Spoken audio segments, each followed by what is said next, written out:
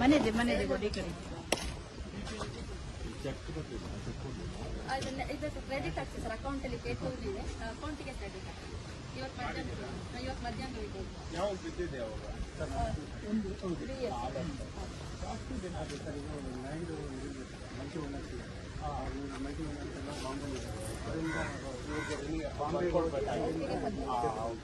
ಇವತ್ತು ಕ್ರೆಡಿಟ್ ಆಗ್ತದೆ ಸರ್, ಎಲ್ಲ ಪ್ರೊಸೆಸ್.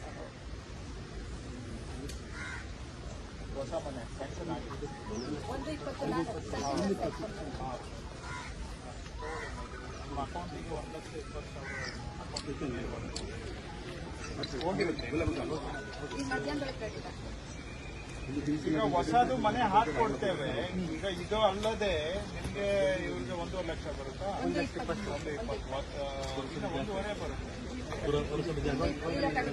ಲಾಸ್ಟ್ ಇಯರ್ ಬೇರೆ ರಾಲ್ಸ್ ಇತ್ತು, ಈಗ 1,20,000.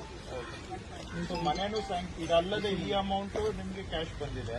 ನೆಕ್ಸ್ಟ್ ನೀವು ನಿಮ್ದೊಂದು ದೇವರಾಜ್ ಅರಸು ಹೌಸಿಂಗ್ ಸ್ಕೀಮ್ ಅಲ್ಲಿ ಅಂದ್ರೆ ಮನೆ ಯೋಜನೆಯಲ್ಲಿ ಒಂದು ಮನೆನೂ ಹಾಕೊಡ್ತೇವೆ. ಈ ದುಡ್ಡು ಅದು ಉಪಯೋಗಿಸಿ ನೀವು ಮನೆ ಕಟ್ತೀವಿ. ಸೊ ಇದು ಅದು ಸೇರಿದ್ರೆ ನಿಮ್ಗೆ 2,500 ಲಕ್ಷ ಬರುತ್ತೆ. ಅದರಲ್ಲಿ ಮನೆ ಕಟ್ಕೊಳ್ತಾರೆ. ಯಾರ್ಯಾರು ಇದ್ದೀರಿ ನೀವು? ಈಗ ಎಲ್ಲಿ ವಾಸ ಇದ್ದೀರಿ? ಮಳೆ ತುಂಬಾ ಜೋರ್ ಬಂದು ಸರ್ 3 ಸೈಡ್ ಕೂಡ ಬ್ರೇಕ್ ಟ್ರ್ಯಾಕ್ ಆಗಿತ್ತು. ಅವತ್ತೇ ಬಂದು ನಾವು ಕೂಡ ಬಂದು ಶಿಫ್ಟ್ ಮಾಡಿಸಿ ಹೋಗಿ ಒಳ್ಳೇದು ಮಾಡಿ. ಬಾಡಿಗೆ ಪಕ್ಕದ ಬಾಡಿಗೆ ಒಳ್ಳೇದು ಮಾಡಿ. ಅಟ್ಲೀಸ್ಟ್ ಇಲ್ಲ ಅಂದ್ರೆ ಅದು ಇಲ್ಲಿ ವಾಸ ಮಾಡೋದಿದ್ರೆ ಮತ್ತೆ ಅಟ್ಲೀಸ್ಟ್ ಪ್ರಾಣ ಆದರೂ ಪ್ರಿವೆಂಟಿವ್. 2-3 ಟೆಕ್ನಿಕಲ್ ಎಕ್ಸ್ಪರ್ಟ್ಸ್ ಅನ್ನ ಕನ್ಸಲ್ಟ್ ಮಾಡಬೇಕು. ಅದರ ಆಧಾರದ ಮೇಲೆ ನಾವು ಒಬ್ಬ ಜನರಲ್ ಅಡ್ಮಿನಿಸ್ಟ್ರೇಟರ್ ಆಗಿ ನಾವು ತೀರ್ಮಾನ ಮಾಡಬಹುದು ಯಾರ್ದು ಸಜೆಷನ್ ಸೂಕ್ತ ಅಂತ. ಅದನ್ನ ಅನುಷ್ಠಾನಕ್ಕೆ ತರುವಂತದ್ದು ಮಾಡ್ತೇವೆ.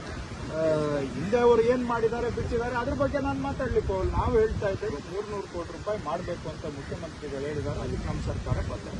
ಇದಕ್ಕೀಗ ನೀವು ವೈಜ್ಞಾನಿಕವಾಗಿ ಏನಾದರೂ ಸಮೀಕ್ಷೆ ಇಂಥದ್ದೇನಾದರೂ ಹೇಳಿದ್ರಲ್ಲ, ನಿಮ್ಮ ಮುಂದೆನೆ ಅವರು ವಿವರಣೆ ಕೊಟ್ಟಿದ್ದಾರೆ. ಮೆಡ್ರಾಸ್ನ ಇಂಡಿಯನ್ ಇನ್ಸ್ಟಿಟ್ಯೂಟ್ ಆಫ್ ಟೆಕ್ನಾಲಜಿ ಅವರು ಕೆಲವು ಶಿಫಾರಸುಗಳನ್ನ ಕೊಟ್ಟಿದ್ದಾರೆ.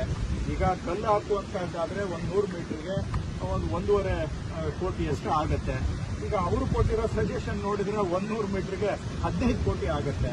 ಇದನ್ನು ಕೂಡ ನಾವು ಸಾಧಕ ಬಾಧಕ ನೋಡಬೇಕು.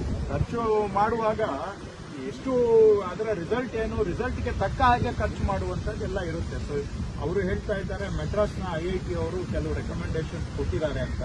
ನಾನು ಕೂಡ ಅದು IIT ಅವರು ಇರ್ಬೋದು ಅಥವಾ ಗೌರ್ಮೆಂಟ್ ಆಫ್ ಇಂಡಿಯಾ ಏಜೆನ್ಸೀಸ್ ಇರ್ಬೋದು, ಟೆಕ್ನಿಕಲಿ ಯಾರು ಎಕ್ಸ್ಪರ್ಟ್ಸ್ ಇದ್ದಾರೆ ಅವ್ರನ್ನ ಕರೆಸಿ ಮಾತಾಡ್ತೇವೆ. ಸೊ ಅದರ ಆಧಾರದ ಮೇಲೆ ತೀರ್ಮಾನ ಮಾಡ್ತೇವೆ.